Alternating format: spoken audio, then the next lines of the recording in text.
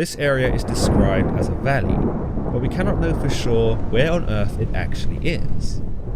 Some scholars suggest this valley was indeed Jerusalem, or more specifically, the land outside of Jerusalem, and that Enoch had been brought here first, after his visits to the other unearthly planes of existence. In chapter 27, we see him turning to the Archangel Uriel and asking him, "For what object is this blessed land, which is entirely filled with trees and this accursed valley between?" Accursed might have been a strong term, given that the text does not suggest there is anything cursed about the land. It is described once again as deep and dry, but there is nothing to suggest that it is anything other than a barren land. Perhaps in a time where fertile land was imperative to every man, this valley outside of Jerusalem may very well have been considered cursed, given that nothing could grow on it. It might also be suggested that because this valley was devoid of plants and trees, it was also devoid of life, and because nothing lived there, it was a place that had been forsaken.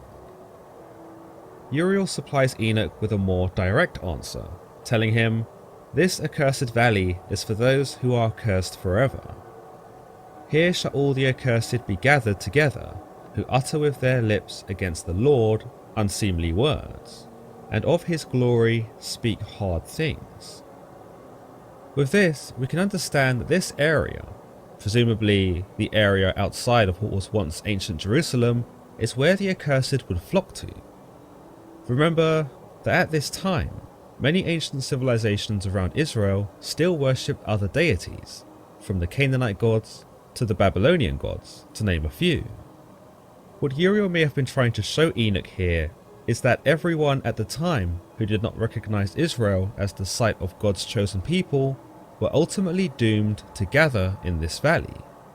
Naturally, these civilizations who did not believe in the biblical God were more likely to antagonize him, much as those who did believe in him would antagonize their gods. Ultimately, the biblical God and the ancient gods of Mesopotamia and surrounding regions could not coincide, and thus, lines were drawn in the sand. What Uriel seeks to show Enoch here is that those who had not joined ancient Israel, and who had not recognized their God as the one true God, would forever be cursed. He continues, "Here shall they be gathered together, and here shall be their place of judgment. In the last days there shall be upon them the spectacle of righteous judgment, in the presence of the righteous forever. Here shall the merciful bless the Lord of glory, the eternal King. In the days of judgment over the former, they shall bless him for the mercy in accordance with which he has assigned them their lot." Once more, Uriel tells Enoch that in the final days, the valley outside of Jerusalem would also serve as the ground for which non-believers would be judged, and that upon them, righteous judgment would be delivered. Yet Uriel does also speak of his God's mercy, and that those outside of Jerusalem will also come to bless him, and in effect be shown some clemency. This also drives home the idea that God's chosen people aren't necessarily of a race or a place, but that the chosen or the elect can be from any place, so long as they recognize this God as their creator and Lord, and forsake the ways of their own lifestyles that aren't congruent with worship. This would include the worshipping of other deities, which around Canaan and the Egyptian domain would be significant.